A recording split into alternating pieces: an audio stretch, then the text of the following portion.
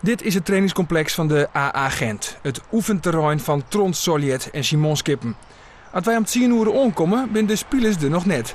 Zij zijn er wel, de terreinknechten. En ook al hebben ze net een soort contact met Trond Solliet, ze vinden hem wel een goede trainer. Ja, dat is een goede trainer. Een van de beste. Een van de beste trainers. Ja, en goed zien, hè. Wie dat er werkt, hè. Dat is het, hè. Ja, ze moeten werken bij hem, hè. Die heeft gelijk ook, hè. Ja. Heb je wel eens met hem gesproken? Nee, die zegt niet veel, hè. Ja, ho. Zegt niet veel? Nee, die zegt niet veel, hè. Ja, ho. Het is duidelijk, Trond Solliet is een man van maar een beetje wudden. Hij liet een soort oer onzien bij de assistenten. Dat dacht ik blikken tijdens de training. Elke nieuw zit al op het veld, maar Solliet bloot binnen. Hij liet de warming-up oer onzien assistent Chris van Puivelde. Maar Van Puivelde werkt het Solliet al 8 jaar nauw geer. De geerwerking begon bij Club Brugge. En bij alle clubs die het Solliet de nooit werken, wie Van Puivelde zijn assistent. Het liep het wel of Van Puivelde zijn lot omdat Van Solliet verboen het. Dat hangt van Trond af. Dus ik heb daar uiteindelijk niks in te zeggen. Dat is Trond die daarover beslist. Nou, je hebt toch wel iets te zeggen? Ik bedoel, als het je niet aanstaat, dan ga je niet.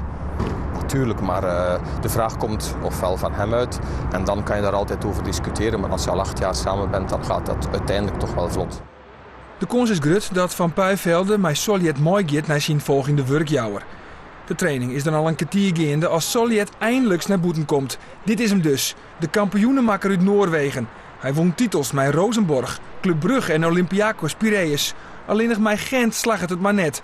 De ploeg zit sexde en had 14 punten efterstonden op koprenner Standaard. Maar dat leidt nevens de supporters net onder de trainer.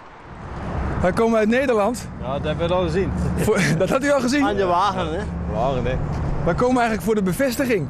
Oh, dat kunnen we niet geven. Sorry. Nee. Ik heb dus mijn vriend, die heeft dus zondagavond om 18:10 mij gezegd dat wanneer de Witte bevestigt dat Solliet naar Heerenveen zou gaan.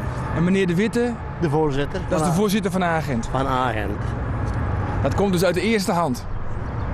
Dat komt via de radio, maar ik heb er ook geen beelden van. Hè. Dat is iemand die het oren zeggen heeft, die naar het nieuws geluisterd heeft.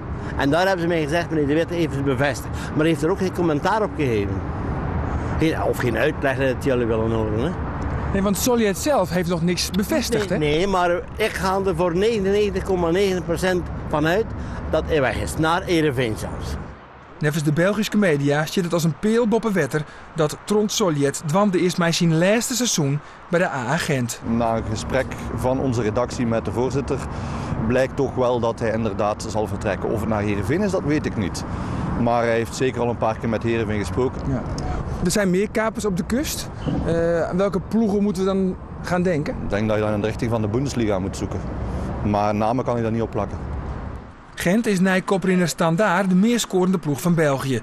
Het is de visie van Solliet. De Noor predikt onvallend voetbal en speelt het altijd met 3 onvallers.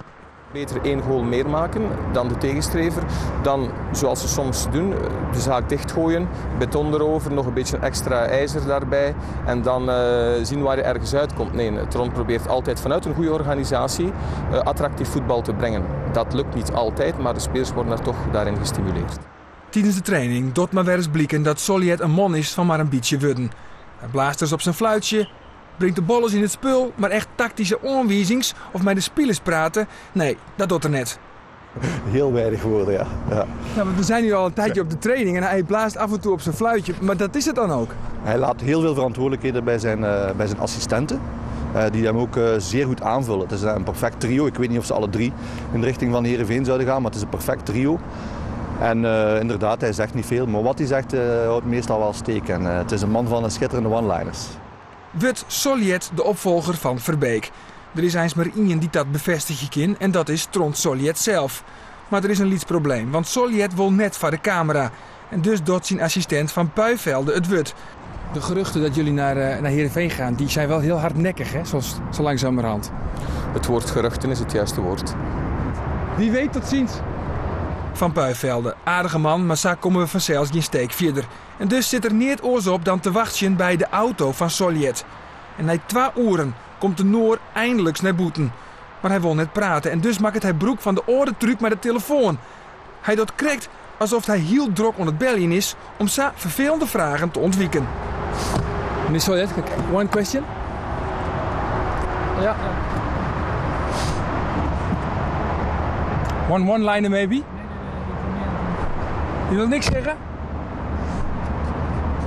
Een dag later verliest Trons Soljet met 2-0 van Westerlo.